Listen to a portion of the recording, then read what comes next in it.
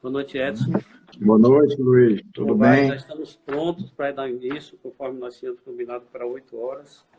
Vamos ler uma mensagem para ir nos preparando, porque essa palestra, essa doutrinária, ela é um pouco diferente daquela que nós somos habituados a fazer no centro, mas energeticamente tem o mesmo valor, porque o fato das pessoas não estarem próximas fisicamente não anula o valor da energia, que nós sabemos que a energia, a distância, nada significa. Então, nós vamos iniciar com uma mensagem que vai ser lida aqui pela minha auxiliar. Certo. E vamos fazer a prece para darmos início à nossa palestra. Vamos lá, Clara. Perfeito. Cultive a alegria e o bom humor, pois a saúde anda de mãos dadas com esses dois poderosos remédios. O sorriso é a maior expressão da alegria, tão importante como os remédios e terapias. A ciência médica já comprovou que o sorriso é terapêutico, tem poder de relaxar as tensões, melhorar a circulação sanguínea e fortalecer o sistema imunológico. Comece rindo de si mesmo. Não se leve tão a sério. Ria de todas as coisas ridículas à sua volta. Curta o lado engraçado da vida e isso trará benefícios enormes para a saúde. Quando você sorri com a alma, todo o seu corpo sorri também. E isso provoca um afrouxamento geral das tensões. Encontre graça nos episódios do cotidiano, pois uma pessoa sem graça geralmente é sem saúde também. Ok. A mensagem nos faz um convite ao sorriso, à alegria, né?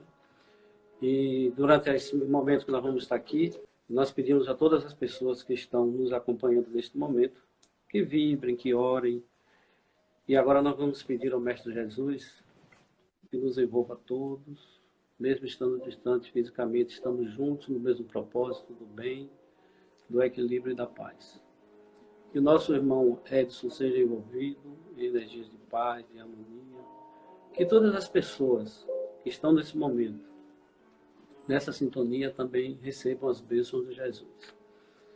E que as boas energias produzidas por todos nós, nas nossas vibrações, possam ser utilizadas pelo plano maior para beneficiar todos aqueles que estão em sofrimento nesse momento. Então, agora, nosso companheiro Edson vai dar início à sua palestra. Seja bem-vindo mais uma vez, Edson. Eu vou sair da câmera um tempo, só para não ficar duas, né? Mas vai estar o da fraternidade aqui, ó, bem, né? E logo em seguida eu volto para fazer o encerramento. E fique à vontade, pode começar. Tá bom. Boa noite, então. Boa noite a todos. Que Jesus nos abençoe, que possamos utilizar esses momentos para integrar mentes e corações em prol de um objetivo comum, que é a melhoria de nós mesmos, a melhoria do planeta. À medida em que nós nos melhoramos, o planeta também melhora, o ambiente ao nosso redor melhora. Eu quero parabenizar a Casa da Fraternidade pela iniciativa, porque como espíritos imortais que somos, sabemos que a vida não se encerra, é uma continuidade. Nós temos que sempre estar abertos à adaptação, aos ajustes e não parar, não suspender os trabalhos e tentar adaptar a novas formas e as novas possibilidades, que a Casa da Fraternidade Noélia Rodrigues seja abençoada e nesse novo caminho, nessa nova intenção de continuar distribuindo a palavra de Jesus e que todos nós possamos aproveitar esse momento para aprender, para reflexionar e para um pouco de paz, um pouco de tranquilidade.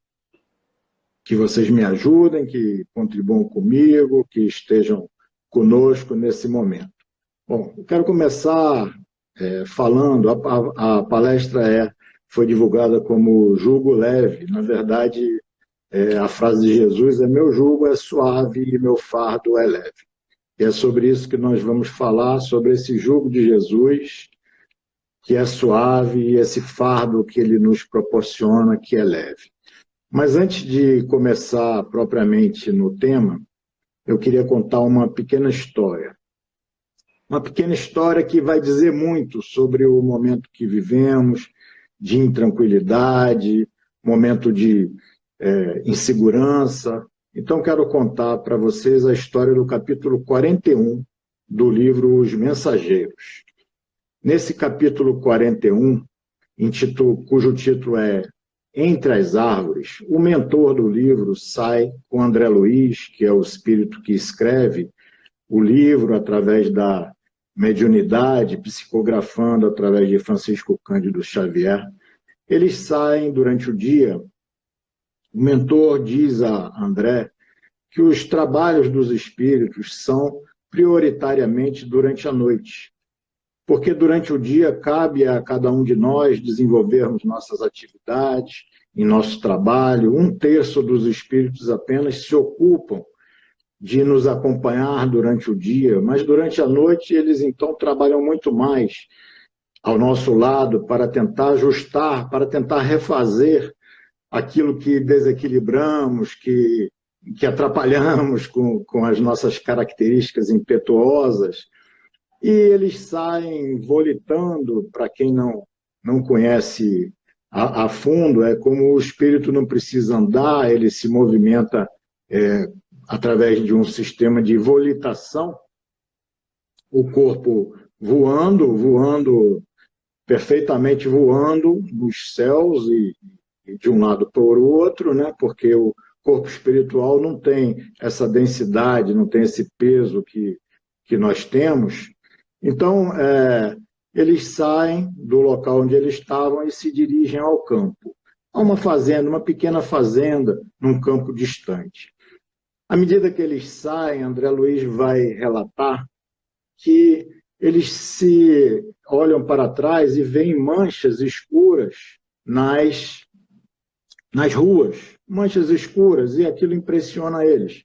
E o mentor explica para eles o seguinte, que aquelas manchas escuras eram bactérias que se aglutinavam, porque assim como na nossa vida, na nossa existência, os iguais andam com os iguais, se aproximam dos iguais. A lei de afinidade rege a nossa existência. E as bactérias se juntavam e até voavam no ar com a visão espiritual que ele podia perceber. Ele percebe também que existem alguns prédios onde há uma energia bem pardacenta, bem apagada, bem escura ao redor daqueles prédios. E o mentor vai dizer para André Luiz que aquela energia é proveniente dos pensamentos humanos. Que os homens, na verdade, se adoecem por essas duas condições, pelas bactérias, pelos vírus, por essas condições que vão fazer adoecer o nosso corpo físico, e se adoecem também a partir desses miasmas, dessas energias espirituais, ele chama vibriões espirituais, essas energias que vão estar também acompanhadas por espíritos de uma vibração muito inferior, muito baixa. E eles seguem, vão até a proximidade da fazenda. Quando lá chegam, encontram um homem deitado no chão, que tinha sido...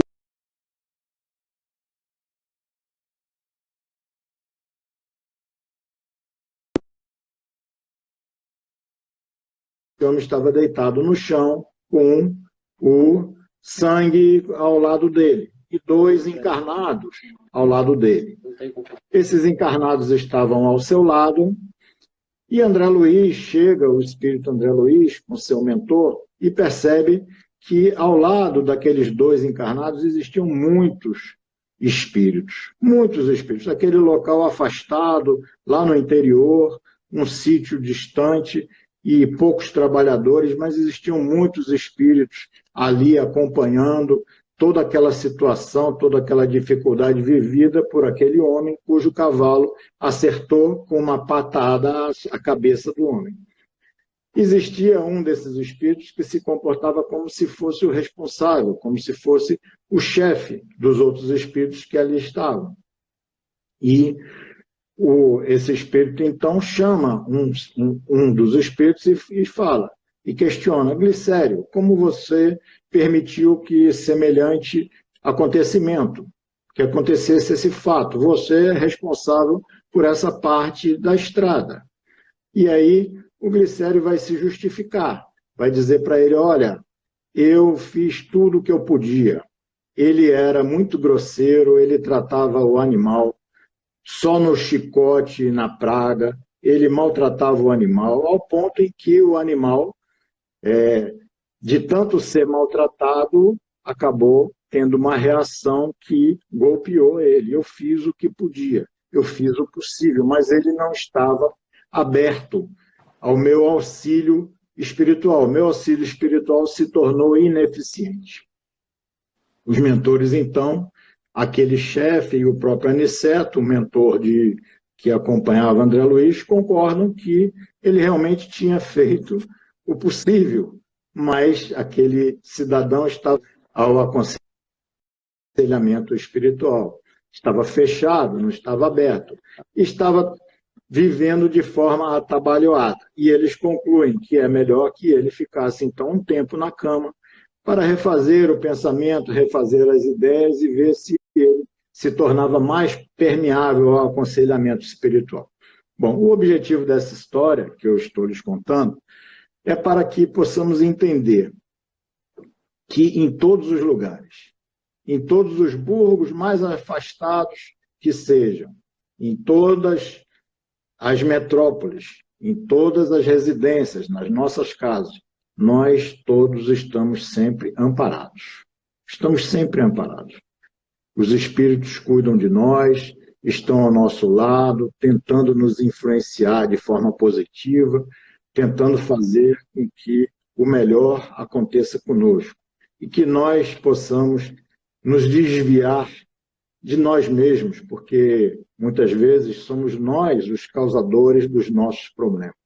Que nós possamos nos desviar das nossas dificuldades, das dificuldades que nós mesmos criamos, e eles estão sempre ao nosso lado. Então, essa mensagem é só para que tenhamos tranquilidade, para que possamos sempre procurar o bem, porque ao lado de todo mal, sempre há um bem por trás, ao lado daquele mal. Então, tenhamos paciência, tenhamos esperança, tenhamos otimismo, porque a Terra não é um barco à deriva, temos Jesus no leme, conduzindo a nossa estrada evolutiva. Tá? Entrando agora no tema verdadeiramente, meu jugo é suave. O que seria o jugo?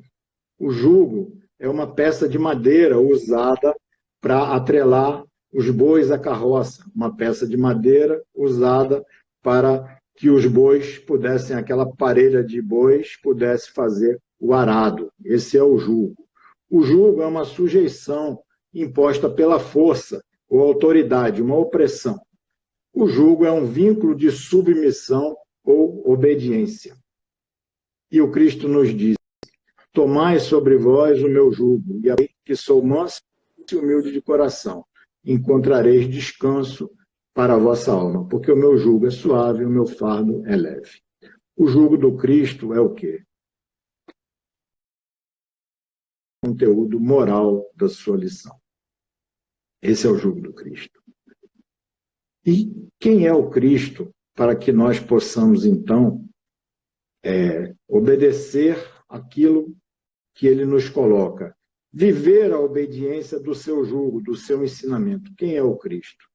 Segundo a literatura espírita, principalmente, mais especificamente, o livro A Caminho da Luz, de Emmanuel, escrito por Emmanuel, pela psicografia de Francisco Cândido Xavier, o Cristo é aquele espírito que foi encarregado por Deus há quase 5 bilhões de anos atrás de construir o nosso orbe planetário.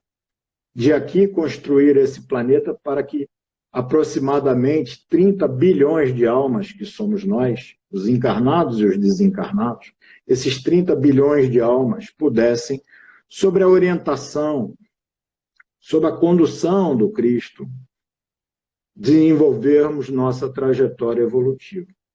Esse é o Cristo que nos diz.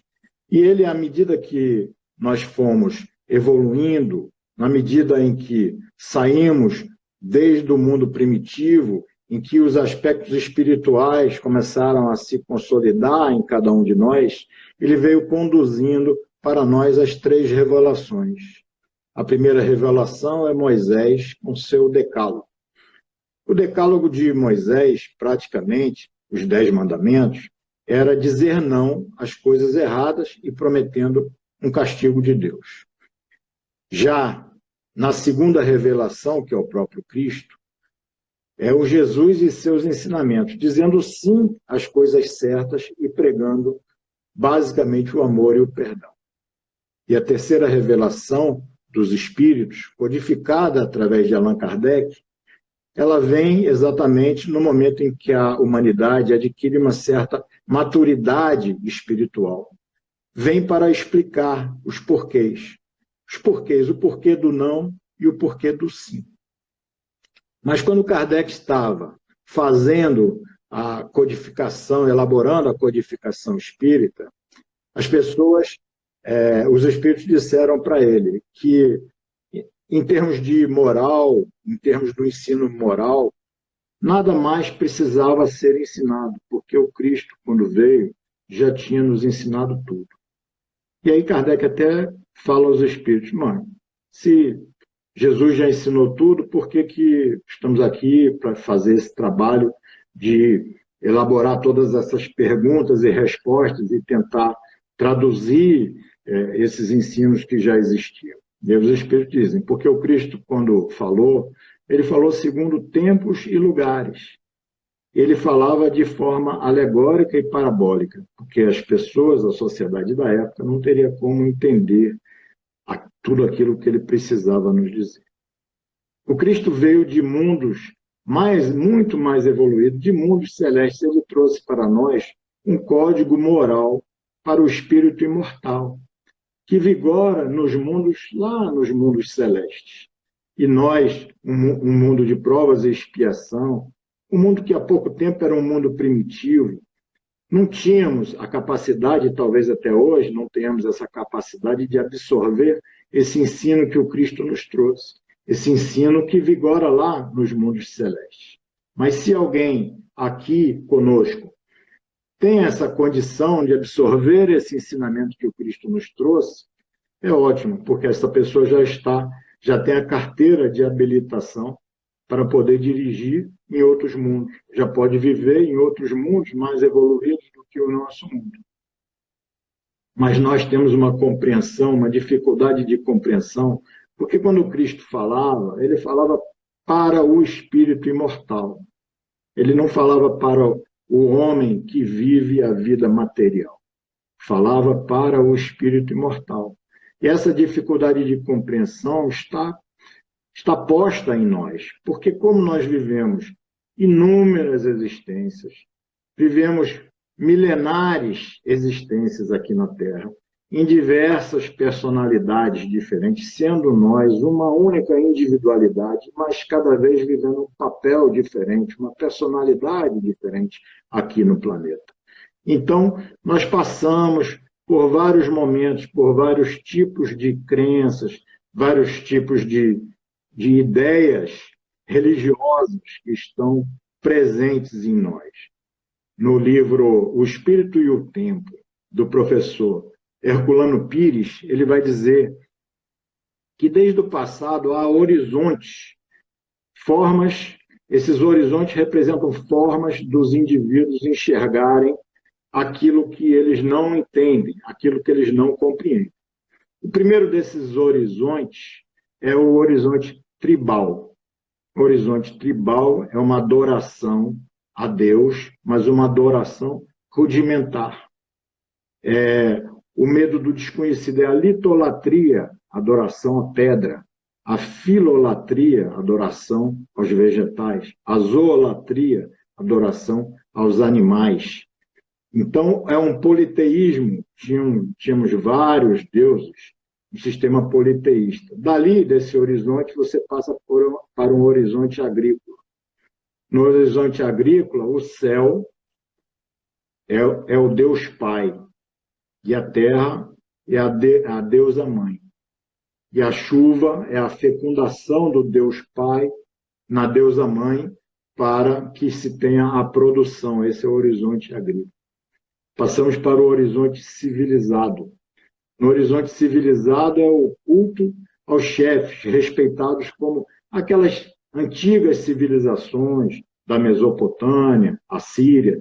Elas inauguraram a civilização no mundo, e esse horizonte civilizado, que é o culto aos chefes, que eram respeitados como deuses, o monarca sendo o senhor absoluto do povo. O próprio Império Romano tinha esse culto, esse horizonte civilizado, onde o imperador, César, ele era considerado também um deus.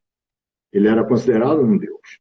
Então, a palavra desse monarca, a palavra desse imperador, era uma verdade absoluta. E muitas vezes, muitas pessoas, até ao nosso lado, ainda têm resquício desse momento que viveram lá no passado, porque nós não trazemos a memória dos fatos que vivemos, mas nós trazemos a memória dos sentimentos, das ideias que já acreditamos. Então, essas pessoas ainda interpretam dessa maneira. Depois nós passamos para o horizonte profético. O horizonte profético é a fase dos profetas da Bíblia, onde se começa a formular juízos éticos, religiosos, jurídicos. Então, essa é uma fase onde há um crescimento na nossa adoração, porque começa a se entender a existência de um Deus único. Depois nós passamos ao horizonte espiritual. É o homem como espírito, sujeito ao progresso como lei de evolução natural, podendo chegar à condição de anjo pelo seu esforço no bem. Mas como nós muitas vezes ainda estamos contaminados por essa visão do passado, nós pegamos o Jesus e, ao invés de seguirmos o ensinamento moral de Jesus, nós transformamos ele num mito, transformamos ele num crucifixo. E aí nós temos aquela famosa história de Gandhi, com um soldado inglês. A Inglaterra dominava a Índia, e o soldado inglês passa por Gandhi, indiano, e lhe dá um soco. Ele cai no chão, não reage, se levanta, não reage, e o soldado, quando ele se levanta, dá um segundo soco, ele cai novamente no chão, não reage. O soldado dá um terceiro soco, Gandhi cai novamente no chão, não reage. E aí o soldado pergunta para Gandhi: quem te ensinou a ser covarde? Porque, na opinião do soldado, ele estava sendo covarde. E Gandhi, que já vivia um outro horizonte, que é o horizonte espiritual, já tinha a ideia do que representava Cristo, tinha conhecimento do Cristo, dizia que o Sermão da Montanha não precisava mais nada de literatura religiosa do que o Sermão da Montanha. Gandhi vira para o soldado e diz: covarde não, eu aprendi a não revidar, aprendi com esse que está no crucifixo, que está pendurado no seu pescoço. O soldado realmente fica perplexo com a resposta, não sabe o que dizer, porque ele carregava um crucifixo com a imagem do Cristo, mas não carregava o Cristo dentro do seu coração, dentro da sua atitude, dentro do seu viver, né? Então, essa é a ideia. E o Cristo combateu muitas vezes essa ideia da materialidade da fé. Porque quando o Cristo veio, ele começou a trazer um outro tipo de fé, onde você não precisa ir no templo, o templo está na sua mente. O reino de Deus, ele nos disse, está em nosso coração. Então, a própria parábola do bom samaritano, o que era? Era dois religiosos, um levita, que era um trabalhador do templo, e um sacerdote, que tinham ido a Jerusalém para se purificarem. E o ritual de purificação era um ritual difícil de ser cumprido, porque tinha que matar um animal, oferecer como sacrifício, tinham que fazer algumas atitudes materiais para que pudessem sair de lá purificados. E eles tinham ido a Jerusalém, saíram de lá, fizeram o sacrifício, saíram de lá purificados. Quando voltam, passam na estrada e tem uma pessoa caída, tem uma pessoa sangrando no caminho. Mas também dizia a lei que se você estivesse purificado, uma pessoa sangrando, ela era impura. Se eles parassem para auxiliar aquele que estava caído no caminho, elas teriam que voltar a Jerusalém para fazer novo ritual de purificação. Então, a ideia de estar puro, de forma material, levou-os a passar ao largo, deixando aquele que estava ferido para morrer. Passaram ao largo. E aquele que era o samaritano, que era considerado impuro para os israelenses, em Israel, era considerado impuro, foi o que parou, o que acudiu, o que levou a uma hospedaria. Então, a pureza externa, exterior, material, diferente daquela pureza verdadeira, aquela que vem do nosso coração. O ponto de vista, né, que a gente faz da existência, ele vai fazer com que a gente sofra mais ou sofra menos. Jesus disse: vinde a mim todos que estáis cansados e oprimidos, e eu vos aliviarei. Por quê? Porque a promessa de Jesus é para o espírito, é para uma vida futura. Quando você acredita na vida futura, quando você acredita na continuidade da existência, você não precisa se preocupar tanto com tudo que acontece aqui na vida material, porque a minha vida não vai terminar. A minha vida vai continuar, eu vou seguir a minha existência em outro plano, mas vou continuar sendo eu, vou continuar trabalhando, vou continuar fazendo as coisas que eu puder fazer, que eu gosto, se forem boas coisas. Normalmente é assim que acontece. A gente continua. A vida é esse espírito de sequência. É um espírito de sequência. Tudo que a gente faz hoje, e a gente vai continuar fazendo amanhã. Chico tem uma história, Chico gostava muito de causos engraçados, e ele tem uma história de uma viúva que chega para perguntar sobre o marido, de que forma que o marido estava no plano espiritual. E Chico já conhecia a história, sabia que ele bebia muito, e pergunta a ela: vem cá, ele fazia o quê? Ele bebia muito, né? Ah, bebia muito. Desde que eu conheci ele, 25 anos, ele bebia. Então, Chico, mas eu queria saber como é que ele está lá no plano espiritual. Chico falava: ele morreu agora, né? Desencarnou agora, ele bebeu 25 anos, né? Então ele está bebendo. Ele está lá, continua bebendo. Nós continuamos a fazer no plano espiritual aquilo que fazemos aqui.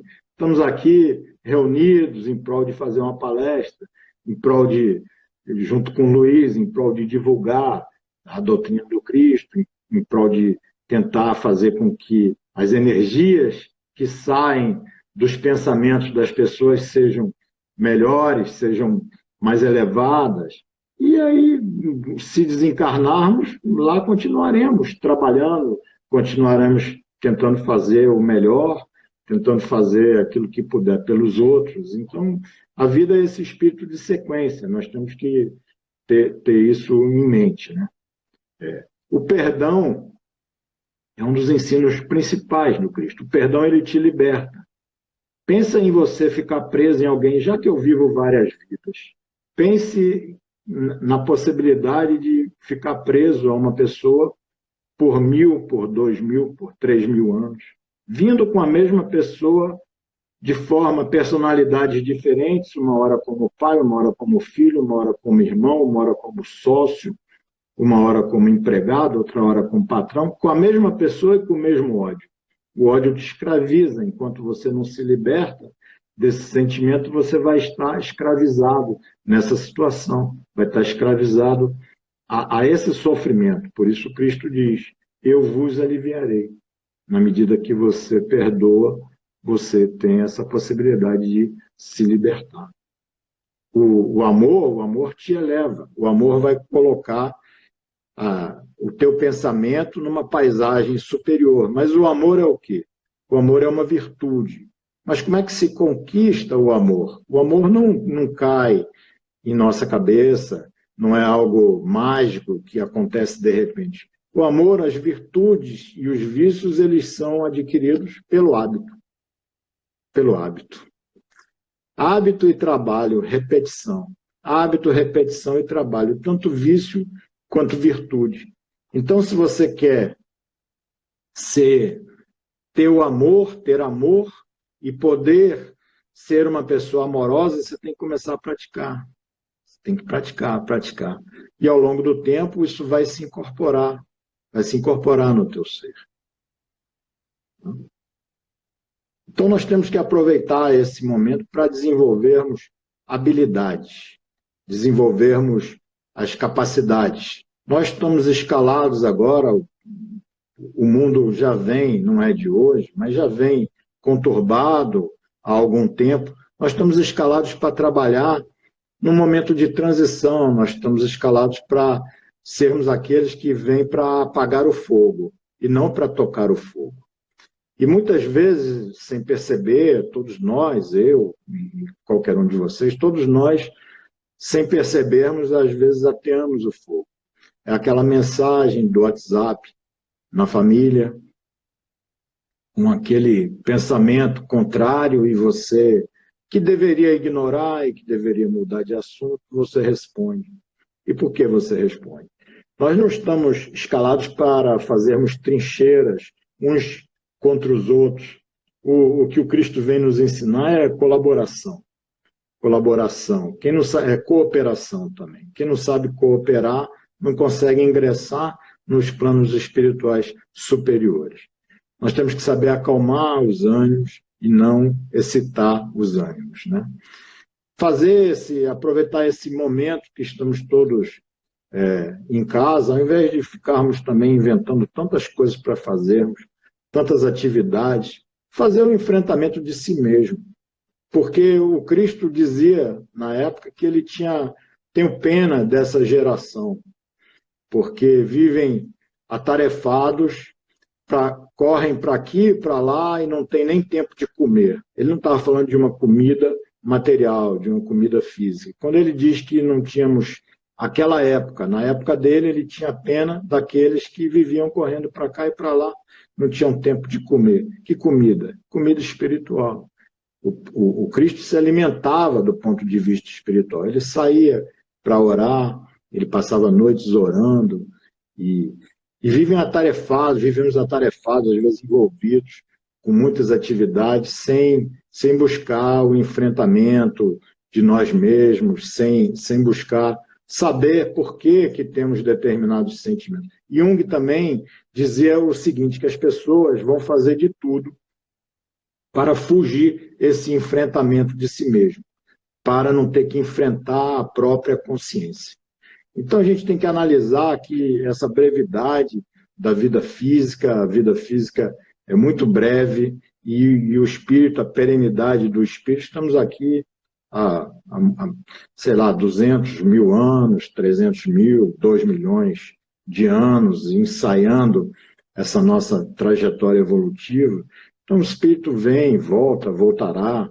Os espíritos superiores, os espíritos que se encontram no plano espiritual, fazem um esforço muito grande para que possamos compreender a mensagem, para que possamos iniciar essa modificação em nós mesmos. Porque todo o evangelho, ele não aprendemos o evangelho para apontar dedos, ou aprendemos para nós mesmos.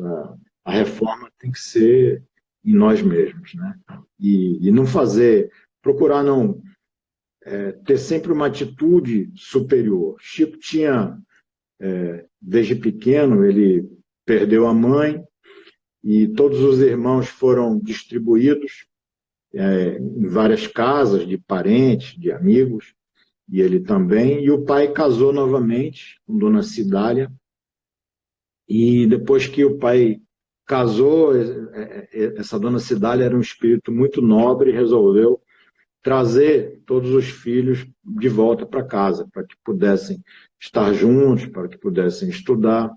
E tinham poucos recursos financeiros, e ela fez, então, uma horta no quintal da casa, no fundo da casa, para que pudesse, com aquele dinheiro, custear os livros e o material escolar dos meninos, né? Então, todas as vezes que ela saía de casa, que todos saíam de casa, a vizinha entrava na casa e pegava as hortaliças.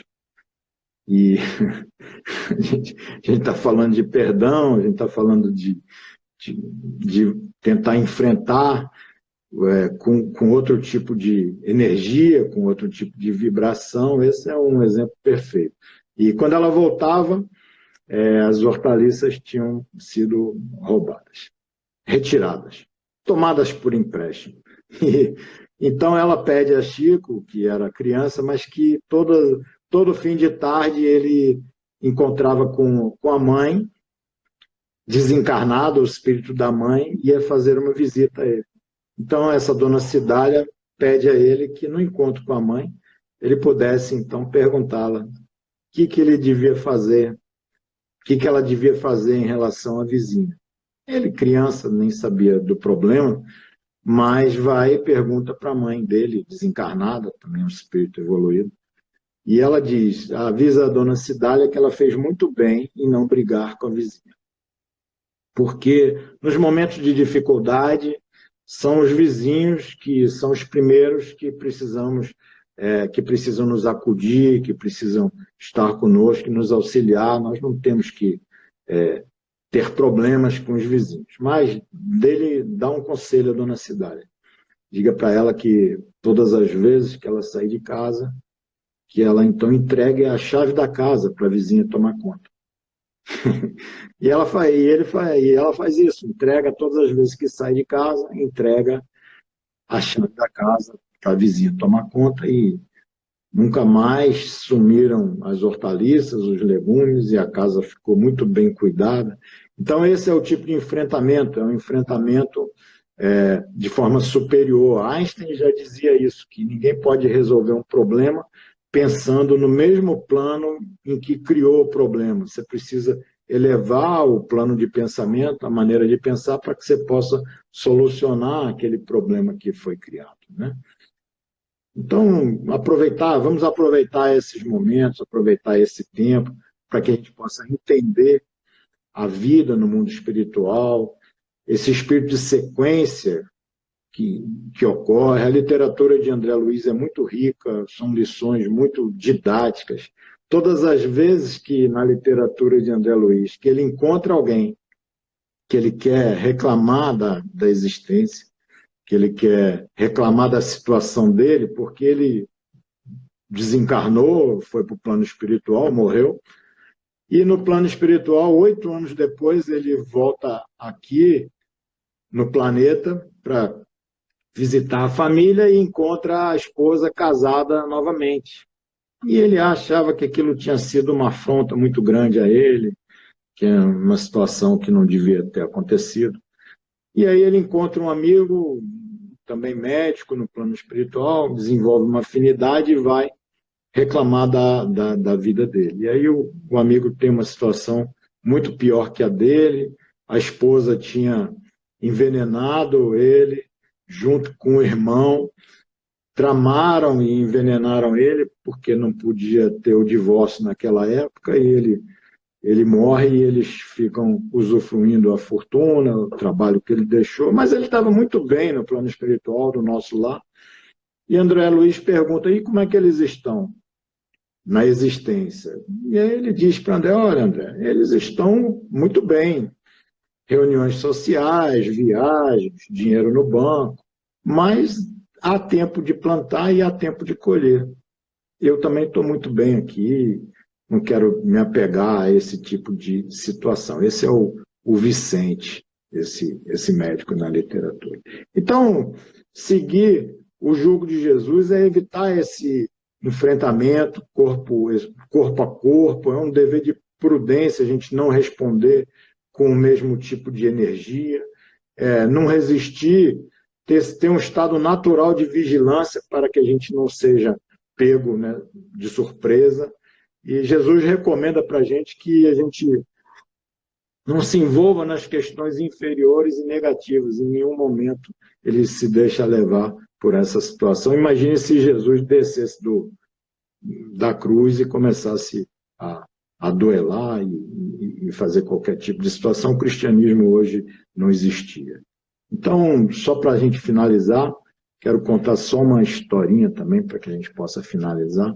No livro Obreiros da Vida Eterna, nós temos os espíritos numa casa transitória que ficam bem num espaço complicado, umbralino, um espaço de energias densas, difíceis, e essa casa transitória recebe os espíritos, acolhe os espíritos para que eles possam ter um pouco de tranquilidade depois da desencarnação deles, e eles saem por aquele local, a irmã Zenóbia, com André Luiz e outros espíritos. Chegam a um lugar que é um abismo. Há um abismo entre onde eles estão e onde estão outros espíritos. Lá à frente existem outros espíritos sofredores, que eles gostariam de oferecer um caminho melhor para esses espíritos, mas eles estão também sendo subjugados. Tem espíritos que controlam eles, que impõem sofrimento neles. E a esse abismo, a irmã Zenóbia e a equipe dela, então, lança uma ponte de luz para que se estabelecesse uma condição para que aqueles espíritos pudessem atravessar a ponte de luz para serem levados para essa casa transitória. E aqueles espíritos que maltratavam e que tomavam conta dos espíritos que estavam lá em sofrimento ainda pior, não deixaram que nenhum espírito pudesse atravessar aquela ponte de luz. A irmã Zenóbia, então, manda recolher a ponte de luz e eles voltam para a casa transitória. André Luiz, então, vem muito triste, muito chateado, porque ele acha que foi um esforço infrutífero, eles não tiveram sucesso no objetivo de auxiliar espíritos que estavam em sofrimento para levarem eles. E a irmã Zenóbia, quando eles entram na casa transitória, ela vai dizer para ele, olha, a nossa expedição de hoje foi de grande sucesso, foi muito boa.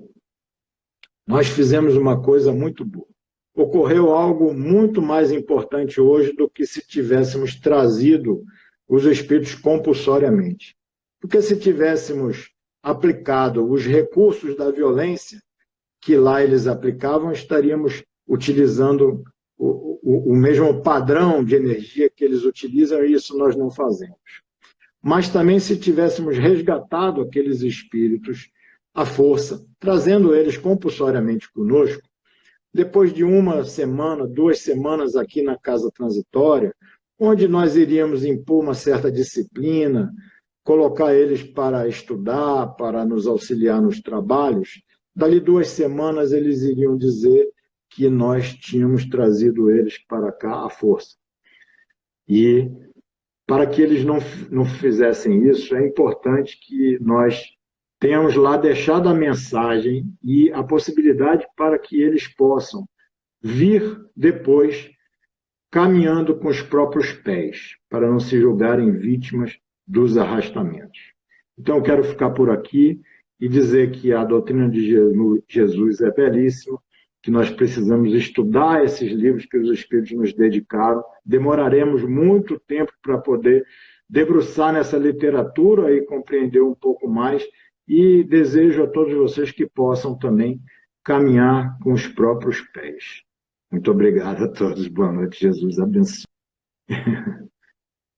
Quero agradecer a todos que participaram, que aqui estiveram conosco, e realmente muito grato aos amigos, familiares e todos da Casa da Fraternidade, em especial a Casa da Fraternidade, por me permitir inaugurar essa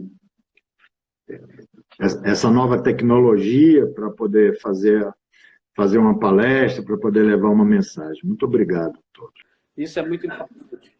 Nós vamos agora fazer a prece de encerramento. Nós vamos agradecer a Deus por este momento, por podermos ter realizado esse trabalho hoje.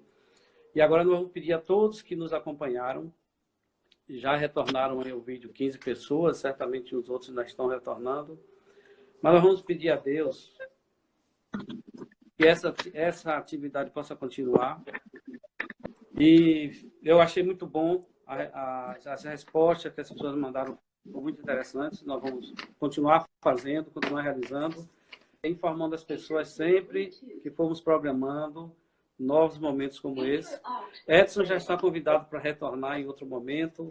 Já teremos na semana que vem. Já vou anunciar, viu, Edson? Ana Moreno, parabéns, Luiz. Estará na próxima semana, na próxima segunda-feira.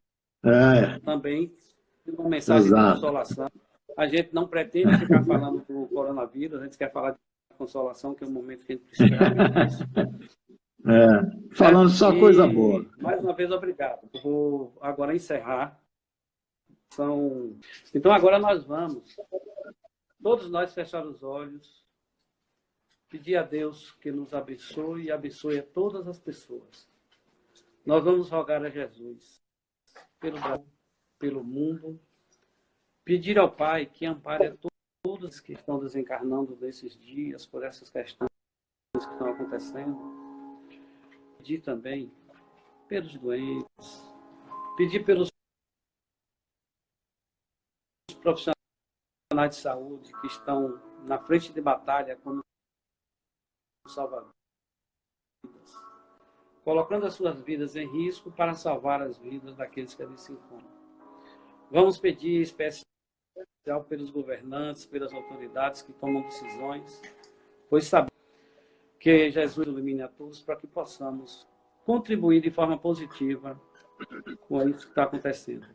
E agora nós podemos, todos nós, visualizar aquela imagem do planeta Terra, quando ele é visto do espaço, que ele gira na sua cor maravilhosa azul, e ali podemos perceber, quando o entardecer chega, as luzes, o desenho dos mapas, das terras, das águas, e nós podemos nessa hora perceber que desce um raio de luz que envolve todo o planeta para trazer o reequilíbrio, a paz, a saúde, as lições que nós estamos recebendo, sejam elas entendidas e compreendidas. E dessa forma, todos nós seremos beneficiados. Que nós pedimos a Jesus que Ele esteja conosco em todos esses momentos. E que essa luz que ilumina o planeta nesta hora possa prosseguir, iluminando, fortalecendo, a questão possa ser resolvida. E agora nós encerramos o trabalho de hoje, confiantes em Deus, na sua bondade e sabedoria. Vamos orar aquela prece que Jesus nos trouxe, que diz: Pai nosso que estás no céu, santificado seja o vosso nome. Venha a nós o vosso reino. Seja feita, Senhor, a vossa vontade, na terra como em todo o universo. Hoje, Senhor, perdoa as nossas ofensas, assim como nós perdoamos aqueles que nos têm ofendido. Não nos deixeis cair em tentações, livrai-nos de todo mal, que assim seja. Que Jesus nos abençoe. Está encerrada a atividade de hoje, agradecendo a você, Edson, e a todos aqueles que nos acompanharam. Que Deus seja louvado. Boa noite. Boa noite. Boa noite a todos. Boa noite. Boa noite. Encerrar. Valeu, um abraço.